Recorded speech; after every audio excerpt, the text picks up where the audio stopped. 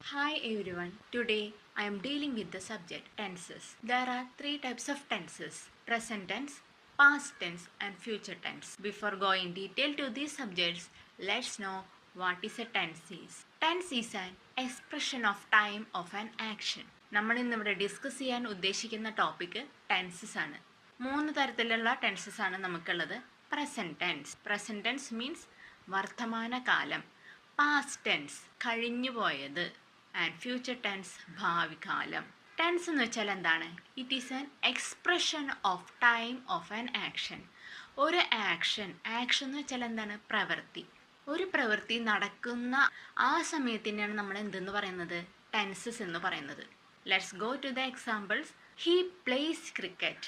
അവൻ ക്രിക്കറ്റ് കളിക്കുകയാണ്. It is a present tense.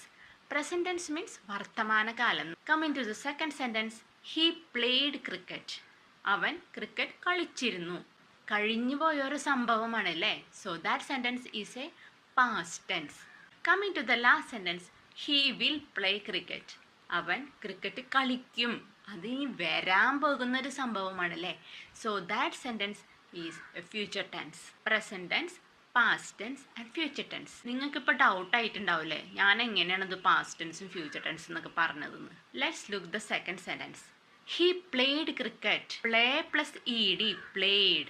E d എന്നുള്ളൊരു സംഭവം കാണുമ്പോൾ തന്നെ അത് പാസ്റ്റ് ടെൻസ് ആണെന്ന് നമ്മൾ മനസ്സിലാക്കണം. Coming to the third sentence, he will play cricket. You can see the word will in that sentence. Will denotes future tense. I hope you understand the three tenses: present tense, past tense and future tense. These tenses is again classified into four that we can discuss it later. Thank you.